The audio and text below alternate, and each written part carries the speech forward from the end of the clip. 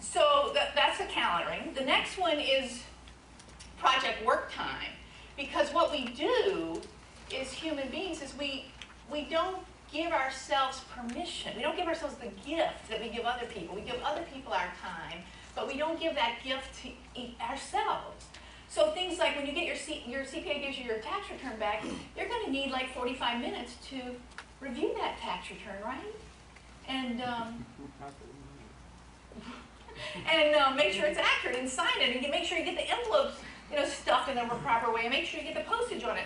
So you got to put down 45 minutes or an hour between 9 a.m. and 5 p.m. This is going to be really hard. 9 a.m. and 5 p.m. See, what we do is we book up, we're blowing and going all day, and then we do that stuff at night and on the weekends, right? So if we're giving away our time and not having that high quality time before we go to work and after we come home, we're not getting time with our loved ones, we're not getting to exercise, we're not getting to just have some high quality R&R, that severely limits our ability to be strategic leaders. Severely. We can't see the forest for the trees. That would be Katharine as a CPA. Not pretty. See, because then we can't tell what's urgent versus what's important. Everything is urgent. You start thinking you're the best person to do everything, and everything is urgent. So what I want for you all is to take that project work time and put it in. Put 45 minutes here, 20 minutes here, 2 hours here. There's things that, even if you're the President of the United States, the Governor of the state of Arizona, there's still things that only you can do. There's things that you have to do. So put them in the calendar, get them done. And if a client engagement comes up, you just move it. Don't put it till 8 o'clock at night. Very important. And you're writing down your calendar.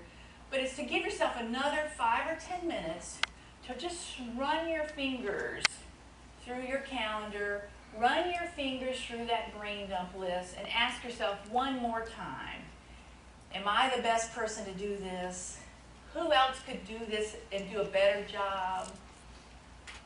What's the purpose of this anyway? To get out of that blowing and going maniac mode and really think reflectively and thoughtfully about the commitments that you're making. Commitments review, very important. That exercise alone will free up weeks on your calendar. Weeks. What I've found over the last 15 years, the people that have practiced these things, in the first few weeks, they'll free up like an hour or two a day. That's how much time they'll free up when they use these reserves of time exercises. And then after a few months, they're freeing up like a day a week. And then after a year or two, they're freeing up whole months out of calendar. Studies show that for every 20 minutes you spend investing in these kind of activities, you get a return on your investment of an hour. So it's a 3 to 1. 20 minutes is going to give you an hour. So I would so encourage you to do that. So now you've got some fundamentals. You've got you're getting places early so you can catch your breath and be prepared. You're doing your brain dumps every day. You're running your fingers through your calendar and your brain dump list to make sure that you have a real commitment to everything that's on there. You're scheduling a project work time. Now what you have a chance to do is to really move into being a strategic leader by giving yourself the gift of what I call think time. Now, for those of us who made a living traveling on airplanes at different times of our career, we know the power of airplane time, right? You take all that stuff you haven't gotten to, and you take it on the airplane, and you're uninterrupted, right? Well, what I want for each of you is to be reading your Kindle on the airplane. I don't want you to have to do that. Use that airplane time where you're complete solitude, you get to relax, take a nap, read a book. That's what I want for you. Listen to your iPod.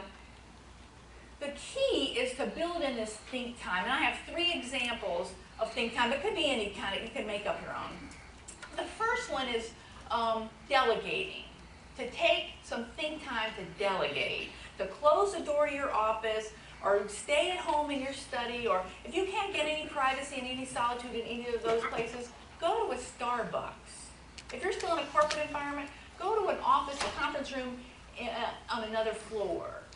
Get some privacy for 20 minutes to 2 hours. And the first think time exercise I want to encourage you to do is the problem solving. What's the challenge of the day? What's mind right now that's not working. And you just sit with a blank legal pad and you ask yourself, is this a pattern? Is this a trend? Am I the common denominator here?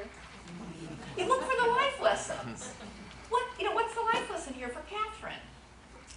And you start to figure out what's missing in the systems, the processes, the expectations. Another kind of think time is the delegating, because my goal is for us all to delegate pretty much everything. Everything except what we can only do. Only us can do this, the speaking. So the problem in the world today, I think, is that we have what I call unnegotiated expectations. And the reason we have unnegotiated expectations is because we're not taking the think time to get clear up front what our expectations are. So if you take that think time and you say, okay, what's the objective of this initiative that I'm going to now delegate to Bob? What's the objective? What does the outcome need to look like? What's the time frame? What would this, if I could wave a magic wand and have anything, what would that look like?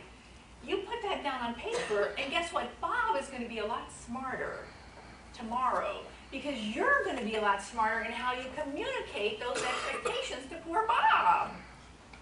He's not been successful in the past, but it's because we haven't taken that think time to get our act together about what is it we're trying to achieve here.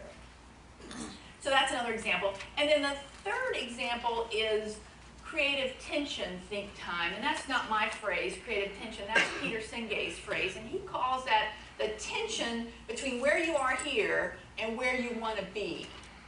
So for us, business owners, that might be around revenue, that might be around hours worked. So this is the current reality, and this is where we want to be. And we have to reflect on that tension and manage that tension. We can't just stay focused on what we want to be. That's kind of pie in the sky. And we can't just stay focused on the current reality because we get dragged down by our situation. So we have to manage that tension. So this is an example of something that you might want to give 2 hours, half a day, go away for a day or two. Give yourself a big chunk. And this time of year is perfect to do that creative tension think time. So the problem-solving think time, the delegating more effectively think time, and the creative tension think time. So that pretty much sums up my 8 practices that kept me from having to be carried off